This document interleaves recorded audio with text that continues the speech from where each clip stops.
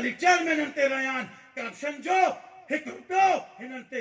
को चार्जिस कोन्हे हिननि माण्हुनि जेके करप्ट आहिनि उन्हनि करप्टन सां जॾहिं पीपल्स पार्टी में हूंदा आहिनि तॾहिं जंग कंदा आहिनि ॿाहिरि हूंदा आहिनि तॾहिं जंग कंदा आहिनि हींअर मौजूद आहिनि तॾहिं बि करप्ट माण्हुनि ऐं ज़ालिम ऐं जाबिरनि सां जंग में आहिनि ही ज़रूरी न आहे को पीपल्स पार्टी जे अंदरि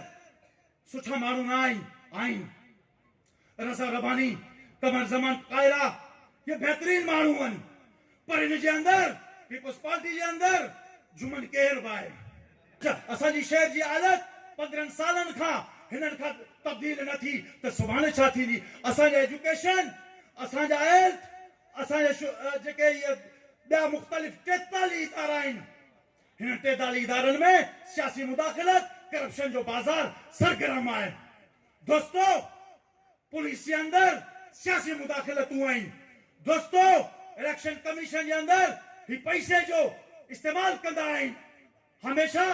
हिननि पैसे जो इस्तेमाल कयो आहे इंशाअल्लाह ताला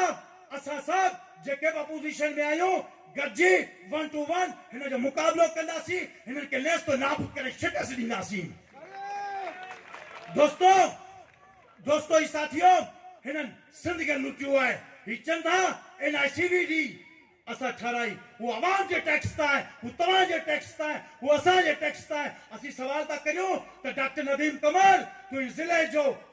ज़िले जो रवासी आहीं तूं नवीद कमर जो नंढो भाउ तुंहिंजी तनख़्वाह तुंहिंजी पगार घणी आहे 80 लाख रुपया आहे तो केतिरी मरातूं वरितियूं आहिनि हू हुनखां अलावा आहे वरी चओ था त ग़रीबनि जी मदद पिया करियूं हिन जो बजट 35 सालनि जे अंदरि जेकॾहिं हिकिड़ी NICVD आहे हिते 4 NICVD पूरे ज़िले न पूरे सिंध में ठही वञनि उहो बजट केॾांहुं वियो आहे असीं पुछण था चाहियूं तव्हांजो फर्ज़ तव्हांजो भाईचो नवीद कमर साहिब जो फर्ज़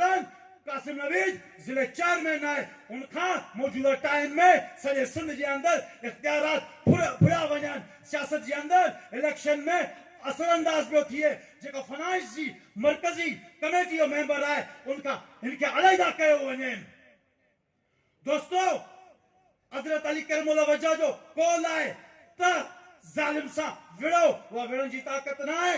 त तव्हां ज़बान सां चओ ज़बान सां न आहे दिलि में पूरो महसूस करियो जेको कैंडिडेट बाकिरदार हुजे सुठो हुजे मोतबर हुजे अवामी हुजे तव्हां सां हुजे मूं सां हुजे उनखे वोट तव्हां करियो दोस्तो रियासती मशीनरी ते आउं कोन ॻाल्हाईंदुसि छाजे करे त रियासती मशीनरी जा दोस्त नाराज़ थियो वञनि ऐं हींअर दुबारा वरी अपील कंदुसि त पाकिस्तान तहरीक इंसाफ़ साईं अहमद सईद तव्हां सां इन सीट ते एडजस्टमेंट ॻाल्हाइण जे लाइ तयारु आहे ॻाल्हियूं करियो ताकी इन माण्हुनि खे अवाम खे अवामी प्लेटफॉर्म ॾेई सघूं पाकिस्तान पाईंदाबाद